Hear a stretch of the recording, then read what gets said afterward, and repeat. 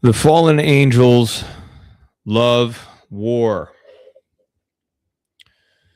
War is always the wrath of God through the instrumentality of men. War is always the creation of widows and orphans. This is why the Catholic Church is anti-war, but not pacifist. You can click on my link in the article for that whole presentation. Sometimes war is necessary, but war can only be waged if it follows the conditions of just war theory. Let God see and judge. Let every Christian speak and act in whatever way which can provoke all men to charity and mercy, which alone will build a just peace and soften evil hearts. I was at a men's retreat last weekend and heard the news that war has erupted in the Middle East due to the breakdown of a decades-long struggle of Western elites and Israel to control the Mohammedans of Iran. This conflict goes back to the post-1918 efforts after World War I of the victorious allies to not form a just peace, nor combat the errors of Russia, but rather to carve up the former Ottoman Empire for their own bank accounts. But it's much more than that.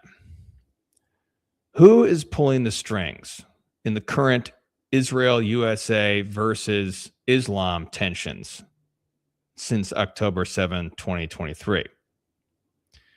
Have you noticed how anti-Christian Jews and Zionist Protestants are on one side, and anti-Christian Muslims and Marxists are on the other? Have you noticed that almost every media source is either on one side or the other, both trying to harden hearts against the other side with inflammatory rhetoric? And did you notice something else? The church in Israel, both Hebrew Catholic and Arab Catholic, but also in the Middle East in general, is in the crossfire of this and every such conflict. Therefore, cui bono? Who stands to gain from this? All this bloodshed. In other words, who is trying to destroy the Catholic Church?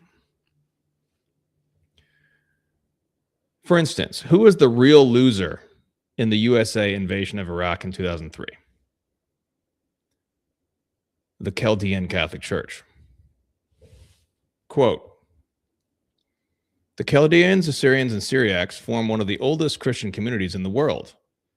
There were around 1.5 million Christians in Iraq before the U.S. invasion in 2003, but the population has since dwindled to around 150,000.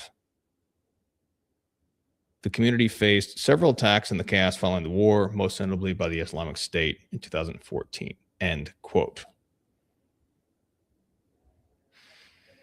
Therefore, it is necessary to discern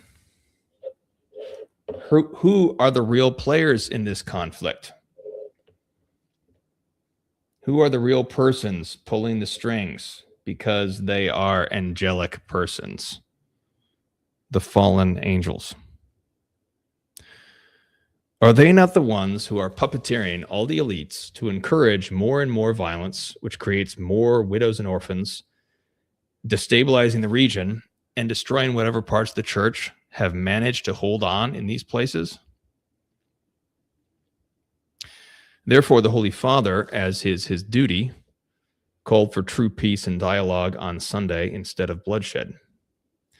And every Catholic should do the same, because Catholicism is anti-war, but not pacifist. I respect every Catholic's conscience who believes that this or that war is just. I respect every Catholic's conscience who truly believes that this or that war is unjust. But let us not fall into the trap laid for us by the fallen angels.